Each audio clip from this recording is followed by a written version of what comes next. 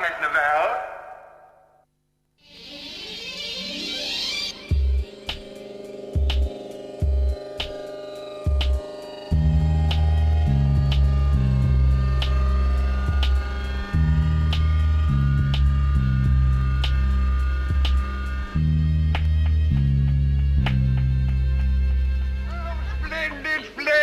Let's have more drinks. Oh, no, come on, let's go for a walk. There's a smashing front here. There's a smashing one there and all. The Carry On films are a phenomenon of British comedy. Their saucy seaside humour reflects a national obsession with sexual innuendo, female anatomy and bodily functions. The humour may have been coarse and the performances little more than caricatures, but despite these shortcomings, The Carry Ons are amongst the most popular films in the history of British cinema. See, the Carry On movies were like the dirty postcards brought to life. You had Sid the Lecher. Come on, Nurse, just a quick one while Sister's out of the ward. No, Mr. Roper. Dr. Tinkle says it's not good for you. But I've been smoking for years. No. I mean, they ought not to be funny, but they are. They just are. They're just delightfully charming. And even when they're not funny, it doesn't matter. You may not realise it, but I was once a weak man. Once a week's enough for any man. We settle for less.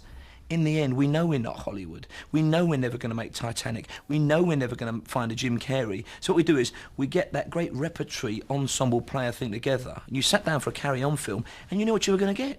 No, this isn't going to hurt.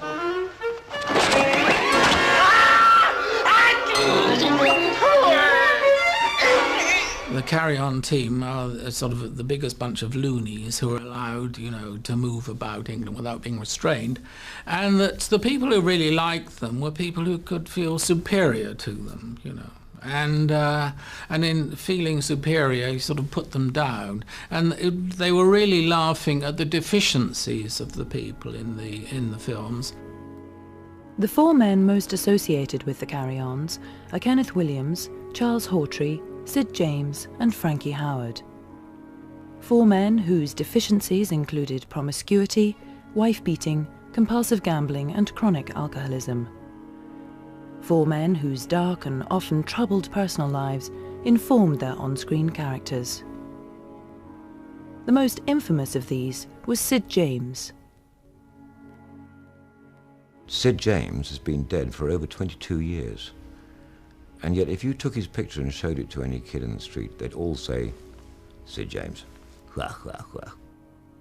With his battered looks and smutty laugh, Sid described himself as the eternal dirty old man, an apt description for an actor who was a legendary drinker, gambler and womanizer. Sid James was Sid James. What you got was, you know, who he was really on screen. I mean, he was a hard-working, hard-drinking, hard-womanising, hard-whatever bloke. You know, he was a man's man, really. You can get Sid James, who you think of as a kind of bookie character, really. You know, the rough diamond and with the face like the dissipated walnut. Sid James couldn't have acted Sid James. Nobody could have. Marlon Brando couldn't act Sid James. You've got to be Sid James and just notch it up a bit. Sid's larger-than-life image was based on a lie. He frequently concealed the truth of his past, claiming he had been a boxer, a diamond smuggler and a jockey, none of which were true. First of all, he wasn't born Sid James. He was born Sidney Joel Cohen. He was Jewish. He was born in South Africa. He was 33 years old when he set foot in London. He'd come to Britain to be an actor, so in everyone's sense, the first 33 years of Sid's life didn't exist, and he took great pains to hide that. His legend was that he was a fairly good boxer, semi-pro boxer who'd suffered a few bouts. That's where the ears came from, that's where the nose came from. What he was a very good hairdresser, and certainly the best ladies' hairdresser in Johannesburg. His job as a hairdresser brought Sid into contact with many beautiful women, who he pursued relentlessly. This was a weakness he would indulge for the rest of his life. Sid James had that sort of rather that battered colonial look and that sort of sense of being a bit of a ladies' man, which I believe in private life. He was not averse to feminine charms, and but always one felt in a rather amiable way that it would be very hard to call him a real you know, a vicious, a vicious womanizer, but probably just a bit of a dog, you know, a bit of a naughty hound. Sid James' image as the Carry On team's lovable rogue disguised a darker personality. Sid was a womanizer. He'd had various girlfriends. He fell in love in Sid's sense with a girl called Toots Delmont. Now, Joe Delmont, the father, was probably the richest man in Johannesburg.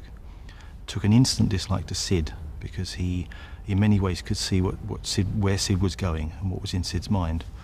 Could do nothing to stop the marriage. They eventually married. Toots announced that she was pregnant. Sid literally went into orbit, hit her a few times, totally denied the child. They stayed married. The child was born. At this time, within weeks, he'd started an affair with a receptionist at the Carlton Hotel where his salon was. That was Meg Williams, who would later become wife number 2. I thought you said there were no patients here. Well, they're not exactly patients, Doc. Well, what are they doing here, then? Well, actually, they're my wives and kids. Your wives? Only these 5 here. Come on, I'll introduce you. There we are. There's Monday, Tuesday, Wednesday, Thursday, and last but definitely not least, Friday. That's it. Well, I'll be damned. Well, at least you've got no problem with what to do with your spare time. Oh, I don't know. There's not much doing at the weekend. Sid had twice impregnated other stylists at the salon, and Joe had stepped in with offers of money and houses in what was then Rhodesia, and they went off and gave birth further up the continent. And there were 3 South African illegitimate children, which sadly a lot of Sid's relatives in this country, and certainly his friends, knew nothing about. Have you got a large one? I've had no complaints so far. If we roll on the tape for another 10 years, Sid tends to use women. He becomes, very sadly, a woman beater. Countless instances before his arrival and after his arrival in this country where if Sid didn't get his own way, he would use his fists, and usually on women. In 1952, having divorced his second wife and with 3 secret, illegitimate children, Sid married Valerie Ashton. By now he had become a compulsive gambler. Valerie did her best to control the situation by managing Sid's finances, giving him an allowance of £5 a week from his wage packet. What do you mean, me wasting time? Well, you never win anything on the horses, do you? How ignorant can you get? I've told you. I work it out scientifically. I study form. Why don't you win sometimes? Can I help it if they don't run scientifically? Sid was a gambler. I mean, he was a born gambler. In his teens, Sid went off to work in a circus for a few weeks. He would bet on which elephant would enter the ring or leave the ring first. He would sit in the corner and try and get some bets on the 230 with a bit of luck. Without his wife finding out, dear Valerie didn't like that too much. When he would go down the betting shops and place his legendary bets on horse races, he was known as Sir Sid, because he always had a bankroll of money in his pocket and would whack it down on the table and say, "That's my bet for the day." And they'd take it and completely trounce him. I have to say, I don't think it's much of a secret that Sid did like a couple of quid on the GGs. There was no secret about that.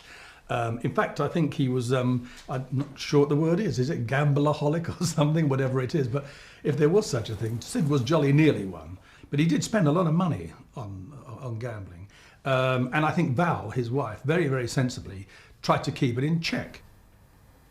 People say that Sid James was a rough diamond on screen. He was off screen. It was a bit of an in-joke when it came to Carry On Up the Khyber, calling him Sir Sidney Rough Diamond, because that was his nickname. My father, who are those people? That light of my darkness is Sir Sidney Rough Diamond, the British governor, whose benevolent rule and wise guidance we could well do without. All 31 Carry On films were made at Pinewood Studios. They were produced on a very low budget.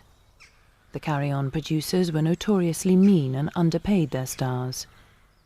With heavy gambling debts, Sid's financial situation was placed under further strain due to the low wages that he received.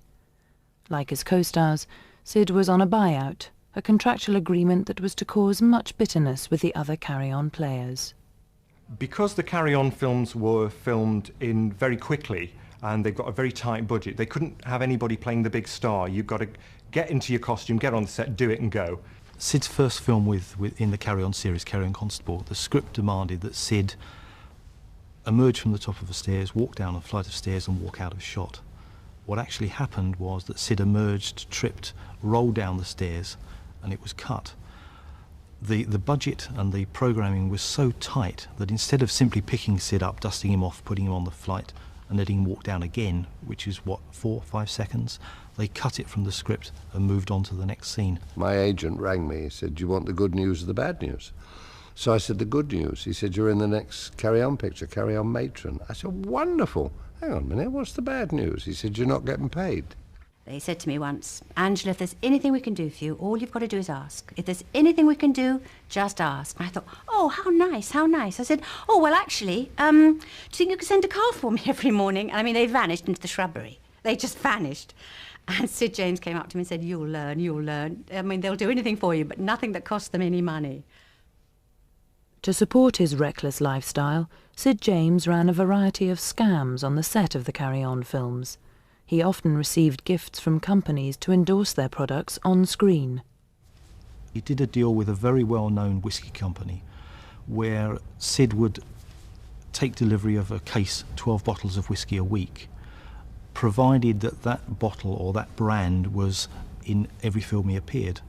Now, once you've learnt that trick, watch Sid in a film and you'll see somewhere there will be a bottle of whiskey in the background with the label turned towards the camera. Look, Gladstone, if nobody ever comes here for treatment, what is the good of spending all this money on medicine?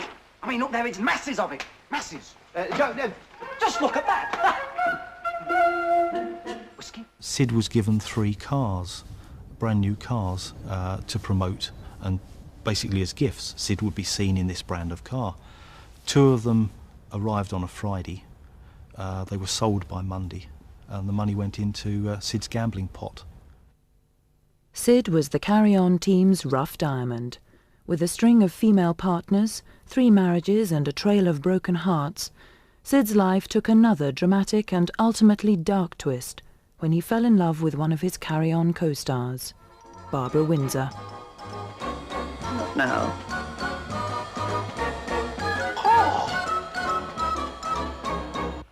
I'm Nurse May. I was told to report here, sister. I'll be with you in a moment. Hi.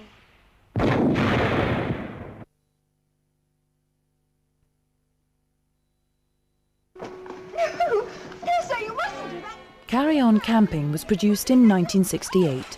It took the campness of the Carry Ons to a new height. While Sid James represented the heterosexual side of Carry On, 3 of the male leads were homosexual: Frankie Howerd, Kenneth Williams and Charles Hawtrey. These actors brought to their roles a level of campness new to British cinema audiences at that time. Bursting to know what it's like inside a tent. I see. All right, Miss Dobbin, I'll attend to this customer. Thank you, sir. Splendid girl, and so helpful. Do you know she's been showing me how to stick the pole up? Camp isn't the word for him. I don't know what it is. He's just from that strange, etiolated epicene quality that is was remarkable and very funny. The great thing about Charles Hawtrey was he was camp as Christmas. He was a mummy's boy with a capital mummy, but he was very different to Kenneth Williams. Kenneth Williams was obviously an academic, obviously wanted to work with the greats and was somehow slumming it. Giving it his all, but slumming it. Charles Hawtrey is an icon of British comedy. He worked with Will Hay, been in films throughout the 30s and 40s and 50s, and was still somebody, huge face, who insisted on travelling everywhere by public transport. And you knew that this was a man whose bum was happiest on a bus.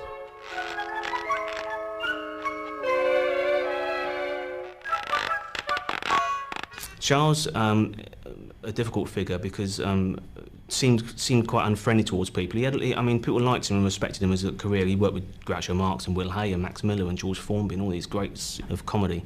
But come the Carry-Ons, he had a bit of a drink problem, or a lot of a drink problem, and he couldn't really control it towards the end. He was in them a long time. He was in them from 58 to 72, but towards the sort of late 60s, he was drinking a lot, and Peter Rogers and Gerald Thomas couldn't really cope with him. I mean, he came in drunk and he couldn't remember his lines, and it was too much. And at the end of the day, the star of the film, as Peter Rogers would tell you, is that, you know, the Carry-On title, whoever you are, whether you're Sid James, Kenneth Williams, or Charles Hawtrey, you know, you're not bigger than Carry-On. By the late 1960s, Charles Hawtrey's drinking was out of control and caused difficulties on the Carry-On set. In his last performance in Carry On Abroad, Hawtrey played a camp, mother-dominated alcoholic. Scriptwriter Talbot Rothwell was deliberately satirising Hawtrey's increasingly sad life. In 1972, Hawtrey was sacked from the Carry On team because of his drinking. He took semi-retirement in Deal, a fishing town on the Kent coast, where he lived a lonely and shambolic life. Although a celebrated Carry On star, he became notorious with the locals because of his alcoholism. Sometimes we used to get a call from his house, and he'd give us a little list saying what drinks he'd like delivered there. It was normally bottles of sherry or gin, sometimes some mixers. So I got the impression it wasn't just for him, but maybe he was having people down as well. But I don't remember ever having actually picked anyone else up from his house, apart from himself. He was very unpredictable, even before probably the drink. And I think his family had a long history of senile dementia as well, which people say in later years in life sort of affected him greatly as well, you know, combined with the drink. He's a very lonely man. Very, very lonely man. I didn't know him when his mother was still alive, but apparently he missed her a great deal.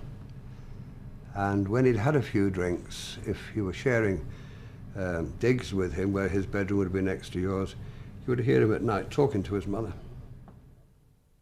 Away from the Carry On films, Hawtrey found work in theatre, where his heavy drinking continued.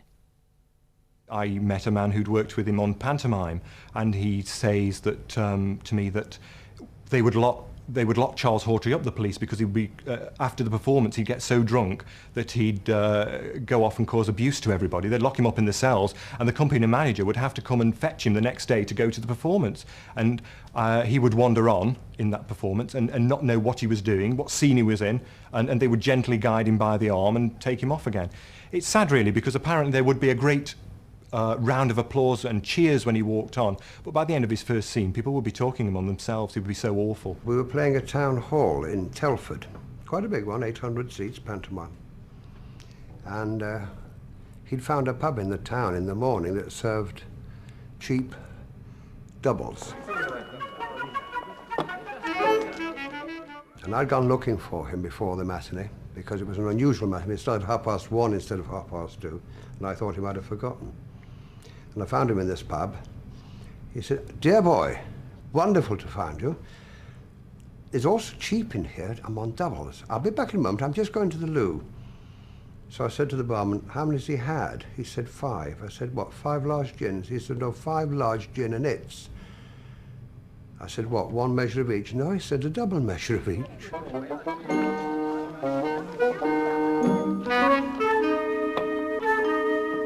I mean, the fact was that he was good copy. You know, he would stagger down Deal High Street half cut, and you know, and swear at the taxi drivers and smash windows in pubs and things. And unfortunately, you know, that sells papers. Well, I've been in his company in Deal, where I went in a pub one day, and it was full of what do they call them? Marine bandsmen, I think. That was hilarious to begin with, but after about an hour or two, I disappeared and went to another pub and left him there with these bandsmen. He was chatting the whole lot up, and it got very embarrassing. I'd rather gather the following day the landlord asked him never to go in his pub again. He did have a great love of young men, and I think he had various partners throughout his life, for maybe 1 or 2 at a time, who knows, because he was a very private man, and I don't think many people got close to that side of him outside of his immediate circle. Everybody knew he was gay, but you never really saw anybody with him. He would like to talk in gay company, but you never see him wandering off with anybody. Probably was too drunk at the end of the evening to walk off with anyone anyway. While Charles Hawtrey lived an openly gay life, Kenneth Williams was never fully at ease with his homosexuality. I think Charlie had a life that was sort of out of control a little bit, and Kenneth wanted that because all his life was so fiercely controlled. That's the bit that he wanted, and was never going to find. Strange that it should happen, really, to Charlie Hawtrey, who was such an unpromising specimen physically, even less promising than Kenneth himself was. And yet he was able to have this sort of life. Charlie lived an uninhibited homosexual life, of course. He lived by the seaside, and he had all kinds of sort of sailors and ex-sailors parading around his house. For Kenneth Williams and Charles, it was a great release, I suppose, being in the Carry On films, because they could be outrageously camp. And around the same sort of period, about the late 60s, when the Carry On films got more and more camp, that Kenneth Williams was doing Julian and Sandy on the radio, and he was, oh, Boner to Vardy, Dolly Old Eek, and all that business, and which was, of course, the underground language for gay folks to communicate.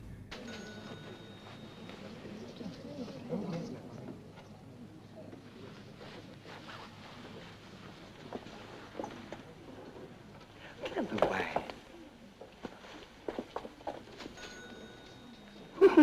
Do you know, I haven't done this since I was in the army. At a camp concert. This is no laughing matter, Gorse.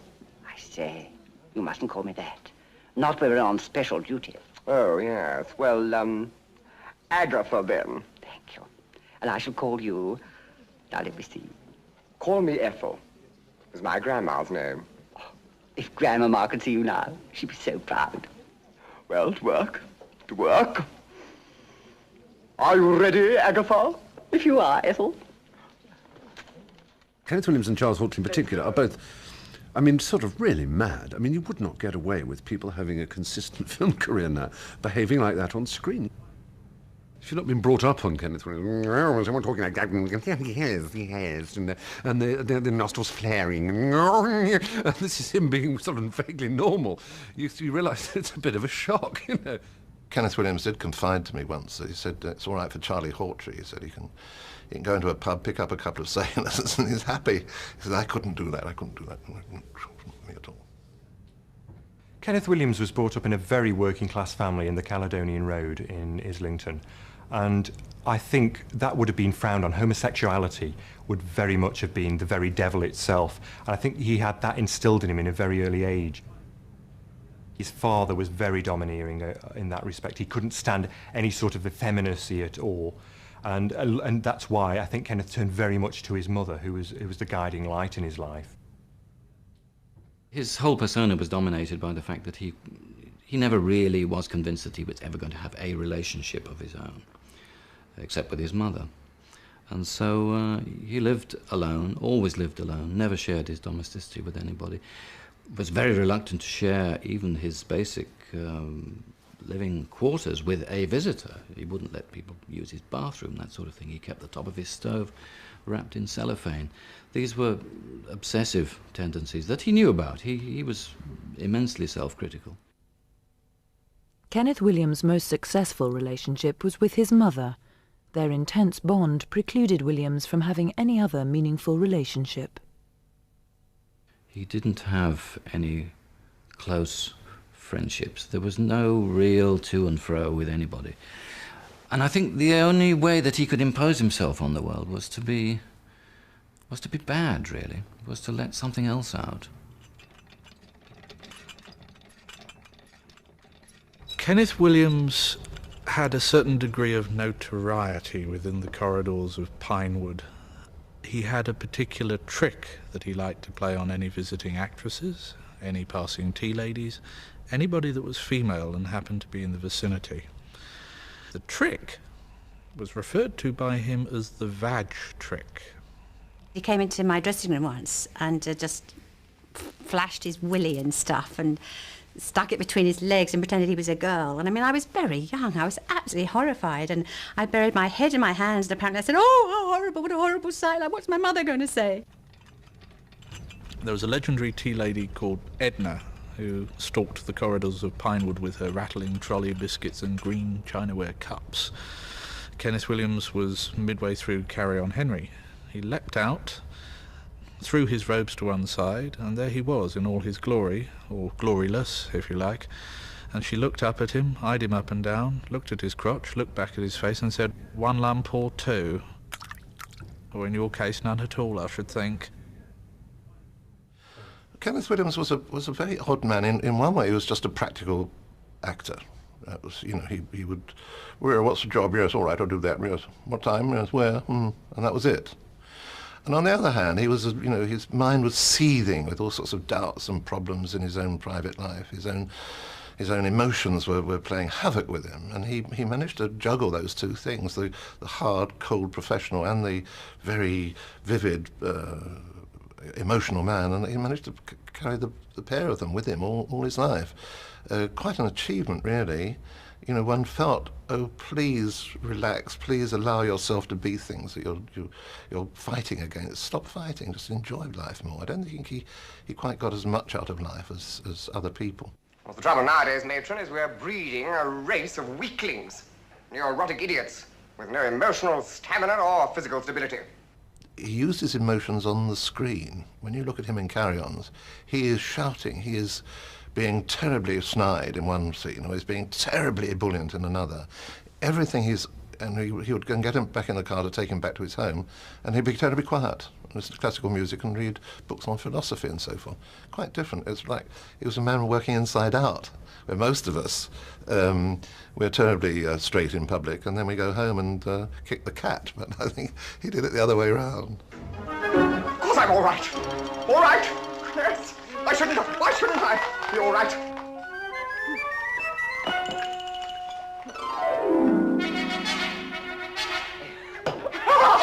Yes, I'm fine.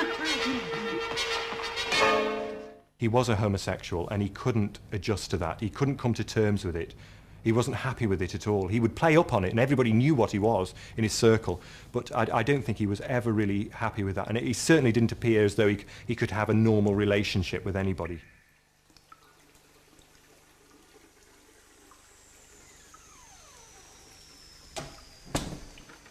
He would pick up guardsmen in the usual inner London way of those times, and plenty of those came back to his flat, I think. And then he would say, had the tradiola or traditional contact, and it was fabulous, you know, it usually was. I think this was mutual masturbation of various kinds. Not penetrative sex, I think, because he had a horror of that. But surely you must have had it before. No, I've never had it. Never had it. I've never had it. Never had time to have it.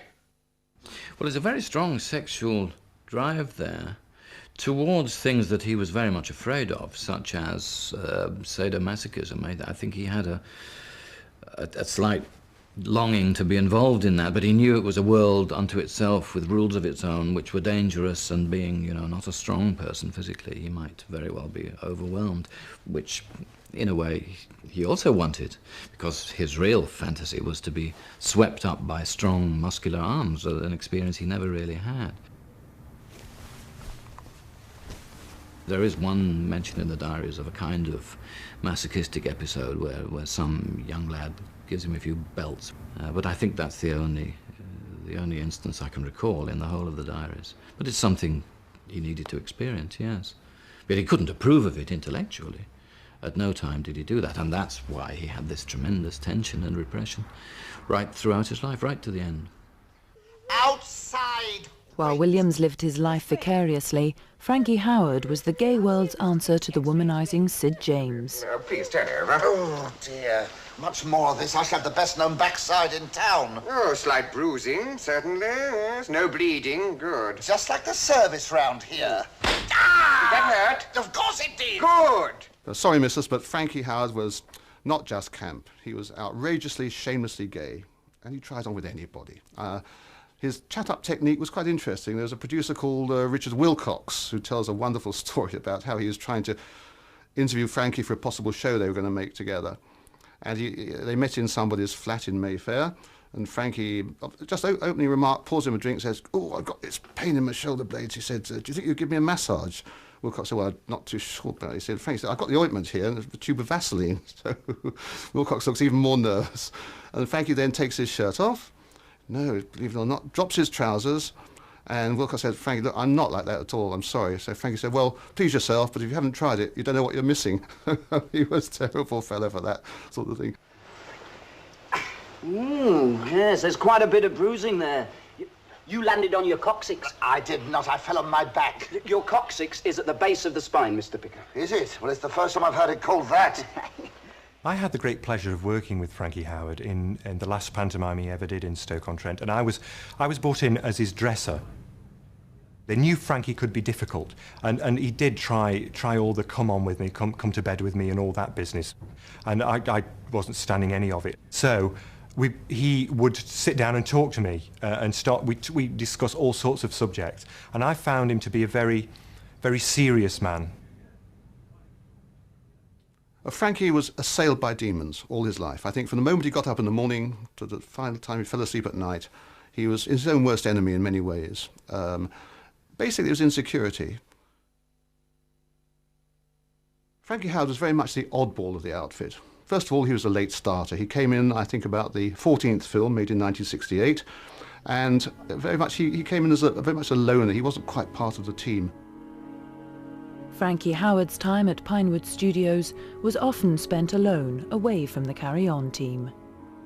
Frankie could be seen on the set at Pinewood, in a corner by himself, mulling over the script or reading a book, and you approached him at your peril, because before any scene at all, he suffered from enormous stage fright and insecurity. I think he felt that team was a very strong team, and I think felt a little bit threatened by the fact that Kenneth Williams and Sid James and Charles Hawtrey and these great actors were around him, when he was really he considered himself just a stand-up comedian. Frankie Howerd was also a very self-conscious man. There's a story that he had one of the production staff at Pinewood sacked because he inadvertently walked into Frankie Howerd's dressing room when he was in there and he wasn't wearing his hairpiece, and he was absolutely mortified that somebody saw him without it. He was very self-absorbed in himself. He would analyse himself and he'd talk about him, think about himself, perhaps to an unhealthy degree. If you tried to compliment him, no matter who it was, he would change the subject. And I think he was very distrustful of compliments because he'd had a bit of a nervous breakdown in his career when his career was going at a very low ebb. And I think from that moment on, he never trusted what people told him about his talent. And I think he always felt he was winging it a bit, and he never quite knew when it was going to stop again. I think Frankie's most loyal fan was his mum, Edith. Now, they remained terribly close. She lived in Eltham right up to her death in 1962, and she was 69. He would visit her every Sunday. They'd have the Sunday lunch together, and she remained fiercely loyal to him through thick and thin, through all those troughs, and she rejoiced at the peaks, and she helped see him through the low points. And she, I think, was one of the abiding strengths in his life. What's going on here, nurse? Oh, sister, he won't let me take his underpants off, the silly boy. You're darn right I won't, and I'm not a boy, as you'd soon find out. Come now, Mr. Bigger. We don't want to lie in our nice, comfortable bed with our nasty old pants on, do we now? Madam, what you do in your bed is your own affair. Mr. Bigger, all patients must wear pajamas or a bedgown. Look, I don't care about that. I'm not letting her take them off. I mean, her a mere chit of a girl and me a fully matured male animal. Mr. Bigger! All right, sister, that's quite enough. I'll handle this. I don't suppose you regard me as a mere chit of a girl, Mr. Bigger? Well, you said it. Very well, then. It wasn't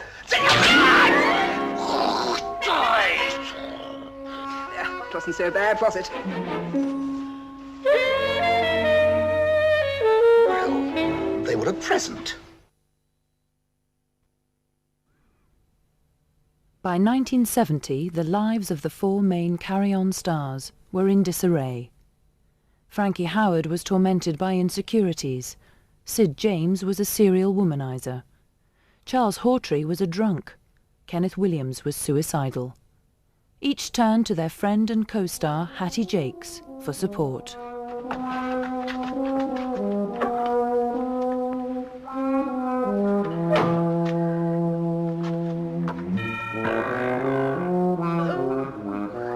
Who would have thought a towel would have made all that much difference?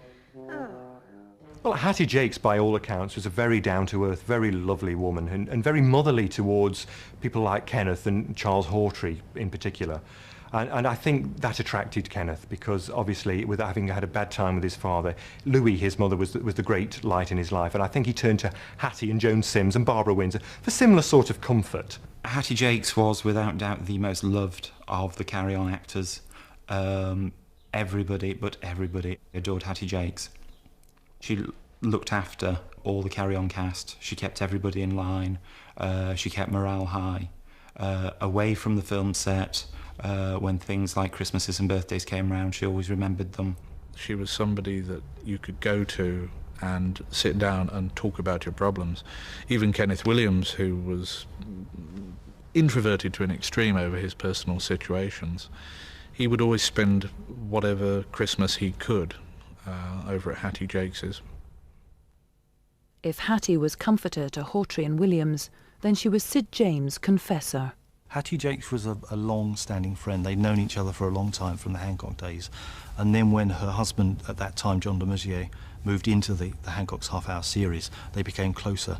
And it was in many ways, Hattie was part of Sid's conscience. She was always been nagging him about his womanising, about his gambling, about his friendly con tricks to earn himself extra money. Because of her size, Hattie's talents as a serious actress were overlooked. Characterised as the fat lady, she was always in a supporting role. Hattie Jacques, I think, was very conscious of the fat jokes. They made her career. I mean, Tony Hancock did it, the Carry-Ons did it, and Eric Sykes did it, and she made a great living out of these fat jokes. But I think they made Hattie very insecure as well in terms of the way. She would have been liked to have been looked at as a woman, not a fat woman. She's a fantastically sexy woman. For a big chick, she's hot to trot. She's got those lovely little hands and very delicate and precise. And she's also got great authority. She was never the object of ridicule. You were always invited to laugh with her rather than at her. Peter Rogers said in his obituary tribute to Hattie Jacques, she was a very large lady, but not in size, but in heart. If Hattie was the Carry-On mum, then Barbara Windsor was the comic version of a sexy, bubbly blonde. It was inevitable that Sid James would pursue the Carry-On sex symbol until she gave in. Barbara Windsor brought that sort of bawdiness with her that the shows needed. She was the counterpoint to Hattie Jacques, who was respectability with a burning desire deep inside. Barbara was all out front, literally, in so many films. I mean, everything you ever heard about Barbara is the thing to do with her bosom. The first pair of bosoms I saw on a big cinema screen belonged to Barbara Windsor. That's true of every bloke who's about my age, late 30s, early 40s. The first boobies we looked at were Barbara's. And flee!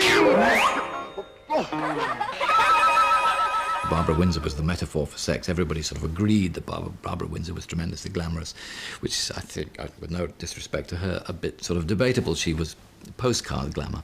You know, OK, there's that element, yes, you're laughing at women's bodies, yes, you're laughing at sexual stereotypes. Yeah, because that's what comedy is. It's sexual stereotypes. And if you do it with a bit of wit and a bit of flair, and you do it with great character actors like Kenneth Williams and Charles Hawtrey, you're onto a winner that will live forever. Oh, Sadie, just a minute, Vic, Sadie. you in the bathroom? Oh, God, blimey, get back inside, quick. Sid James pursued Barbara Windsor relentlessly. Both were married, but Sid continued to harass his co-star until they eventually had an affair. It was a relationship with a fateful outcome. Barbara Windsor had appeared in several Carry-On films towards the end of the 60s. Sid had noticed her as an actress, but not as a person. He suddenly became aware of this very bubbly, very attractive, boisterous, happy blonde. Instantly fell in love, in Sid's own words, again, in his way. The chase was on again. He had to have, in every sense, Barbara Windsor. Several people have said that if Sid hadn't been married, if Barbara hadn't been married, it might have been the real thing for Sid and Barbara. At that time, Barbara was married to gangster Ronnie Knight, who was a friend of the Krays and had introduced Barbara to London's underworld. Ronnie Knight was in and out of prison. One of the times when he was out of prison, word got to Ronnie that Sid was chasing Barbara. Sid and Val went off for an evening's entertainment. When they returned to their Ivor house, they discovered there'd been a break-in and the house had been rearranged. Nothing was broken, nothing was stolen, but the message was there to Sid to keep away from Barbara. So Ronnie knew what was going on, and that was his shot across the bows, if you like, to Sid to keep away from Barbara. That was temptation to Sid. That was the chase was intensified. The greater the odds, the greater Sid had to win. He went all out for Barbara. The man got older. That was probably part of the reason why it's stuff like camping. He was in his late 50s. Barbara Windsor was playing a 16-year-old schoolgirl. There was a bit of a difficulty about that. But then again, Sid gets away with it because Sid, as I say, is Sid. He can do that sort of thing. But come Cowan Dick in 1974, the man was 61. And to chase 25-year-old girls is a bit dubious. Blimey. Mick, what are you doing in here? Get out of here! I'm sorry. If I'd known you were in here, I wouldn't have come, would I? Yes, all right, just get out of here quick before somebody comes in. You haven't got any soap on that bit. There are instances where Barbara would be talking to people, Sid would appear at her elbow. Bernard Bresslaw would help Barbara back onto the stage during a performance. As they went into the wings, exited to the wings, Sid would pounce and say, "What are you doing? Leave her alone, don't you ever touch her." There were arguments, there were near fights. At the end of the day, after several weeks, several months, they'd actually got together. They'd bought a flat just up the road in Pimlico. They were living together in essence, but it was becoming all too heavy for Barbara. Barbara said, or gave Sid the ultimatum, that this has got to end.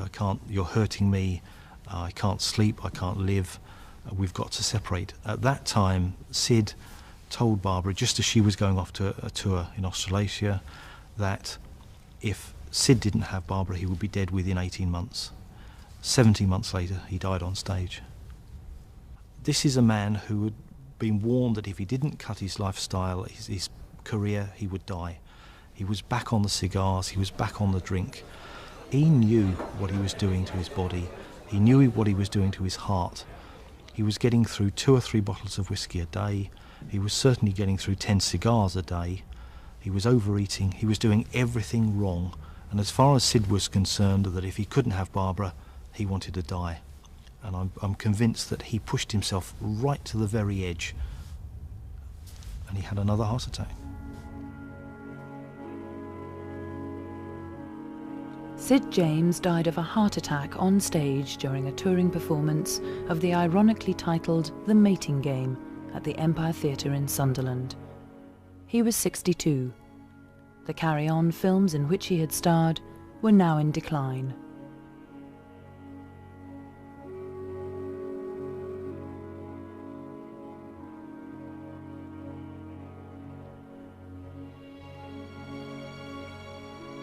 Kenneth Williams was living alone in his Euston flat. The loss of public adulation, the frustration of a career restricted by the Carry On films, and the pain of an unfulfilled private life had become intolerable. He was virtually mentioning suicide from when he started them. It was a trait throughout his life. He would get very, very depressed. And the more the public loved him, it seemed, the more depressed he would get. It's a debasing experience. I mean, I hear that Kenneth Williams loathed playing that part. And he was a terribly good actor. The fact he didn't get better parts, well, you know, that's unfortunate. Every other time he was offered a Carry On film, it was, this is going to be my last one. I really can't go through the motions on this again. It's driving me mad. In the last, 18 months of his life, I think he was in severe pain from different sources. He had back trouble, he had ulcers quite badly, which the doctors seemed unable to remove. And this sort of disoriented him, I think. It actually began to unhinge him, loosen his grip on reality as a whole. He uses this term, I haven't seen it elsewhere, I am a suicidalist. And a few months before he actually did die, he had a kind of dry run, you know. He had this bunch of pills that he didn't use for medicinal purposes. He called those his poison. They were strong barbiturates. He took a couple of these and then got, as he said, cold feet. He didn't go any further. But that was a rehearsal for the real thing, which duly came. Kenneth Williams died from an overdose in 1988. The coroner returned an open verdict, but it was more than obvious that Williams had committed suicide. He had starred in 26 of the 31 Carry On films.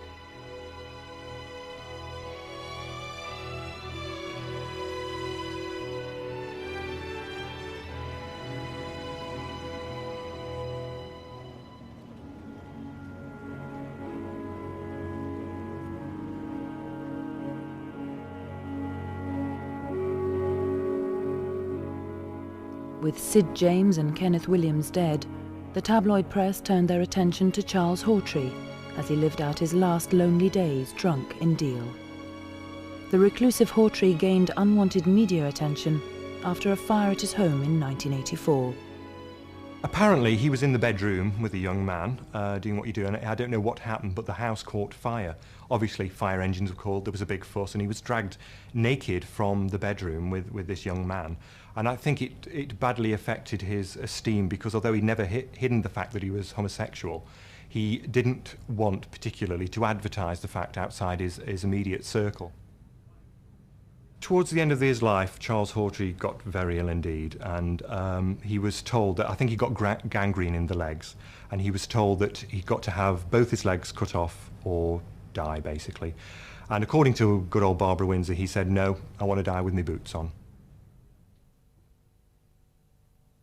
It was inevitable that the years of alcohol abuse would take its toll on Hawtrey's fragile health. He phoned me from the hospital bed the night before he died, and apparently he had blood clots in his veins or something. And he said, "I've just been reading a book, dear boy, and I think I can get my veins taken out and put in with pig's veins. I'm going to have a word with the surgeon tomorrow." But the following day he was dead. The reclusive comic actor who made millions laugh died alone, ignored by show business friends and colleagues.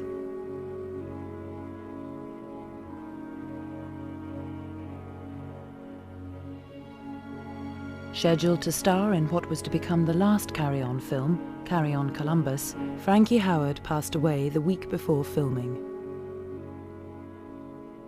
His death brought the true Carry On tradition to a close.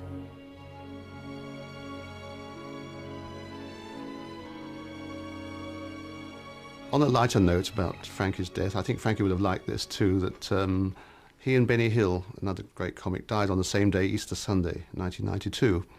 And they both had heart problems. And in fact, when Benny found Frankie going to hospital, he sent him a note saying, "Stop trying to steal my act. I do the heart jokes." I thought that was rather nice. The main Carry On stars are long dead, but their legacy continues. Television reruns have brought the film's saucy seaside humour to new audiences. 40 years on from the first Carry On film, what will be their lasting appeal? Carry On movies are rather like British wine. Anemic, overrated, and do not travel well. We tend to be failures, and there is something gloriously seedy and wonderfully ridiculous about the Carry On team. They're not failures as such, because they're kind of too good-spirited to be sad or to be bitter. But, you know, for all their schemes and for all their, you know, whether their scheme is merely to get a lusty weekend with the right bird, or whether it's something grander to make money or to save a hospital or whatever plotline it is, when it fails, or if it ends in a bun fight, it sort of doesn't matter. Although we pretend to be politically correct these days, there is still a large, proportion of us that laughs at the underdog and laughs at the person more unfortunate. We pretend not to. That's the thing about this kind of, the pretense of being politically correct, but actually just under the surface, spastic porn we're talking about, in a lot of these films, they love it, they lap it up. And there are things in the Carry On film still that have given people almost like cinema urban myths. Like when you go into hospital and they want to take your temperature with a rectal thermometer, the thought always goes through your mind, is it a rectal thermometer or is it going to be a daffodil? Colonel, whatever's going on? Come, matron, surely you've seen a temperature taken like this before? Yes, Colonel, many times, but never with a daffodil. Never mind all smiles with Rosebud. The image I chose is Wilfrid Hyde White with a daffodil up his jacksie. This is fantasy. We're living in a fantasy world in England, and I think it's time we woke up and really looked films and situations like Carry On films right in the eye and said, this is crap, let's dump it, it's We can do better things. This isn't British heritage, it's not Stonehenge, it's crap. Why don't we stand up and say it's crap? And then forget it.